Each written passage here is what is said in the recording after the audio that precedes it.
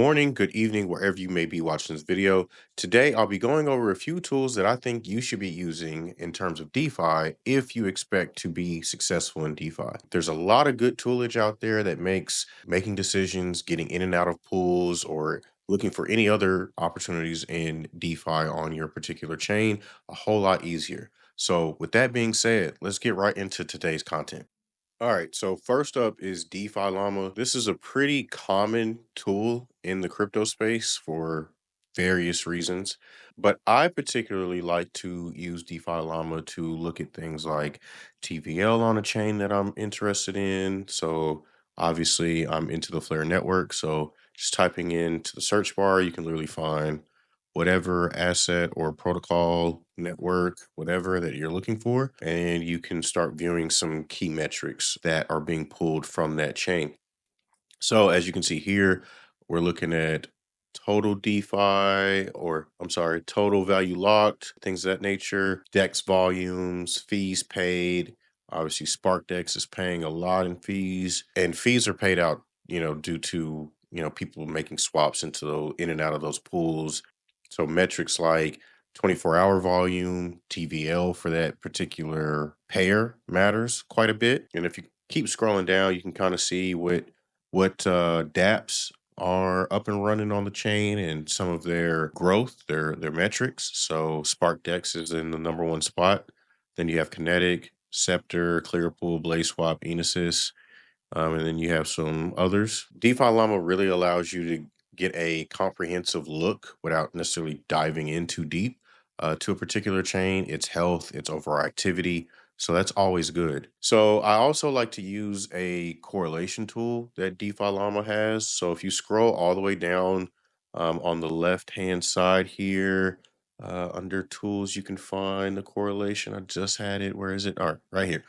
And the reason why I like this tool is it lets me see how correlated or not correlated particular assets are to each other. So then that helps me determine whether or not I'm going to enter in that pool on a DEX, or maybe even if they aren't tightly correlated, may still enter that pool. But I understand the risks, right? So the more tightly correlated an asset is, the least likely the deviation of price between those two assets will be. So the less correlated a pair of assets are, the more likely that pair will be volatile, meaning one asset could be down while another asset is way up, or vice versa. And the more that happens, the more likely you are to incur impermanent loss. Impermanent loss is a factor that you definitely want to keep track of while entering DeFi opportunities, especially when it comes to LPs, just so you are able to manage your positions a lot better, more educated, and with more than enough information to determine whether or not that's a good move that you should continue to be in, or something that you may want to get out of. But for the most part, that is DeFi Llama. It's not a whole lot to it. It's very simple to use, very easy to navigate. Like I said, because we're interested in Flare, I literally just type in Flare in the search bar.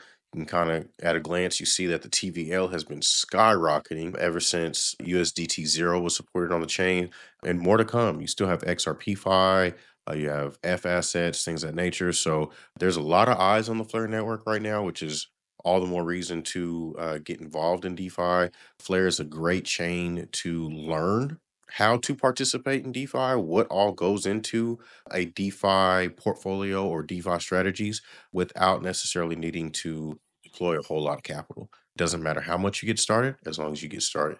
So, with that being said, that's really DeFi Llama in a nutshell. That's what I use it for. And yeah, hope you enjoyed this video. Hope you found it to be educational, informative. And with that being said, I'll catch you in the next one. Peace.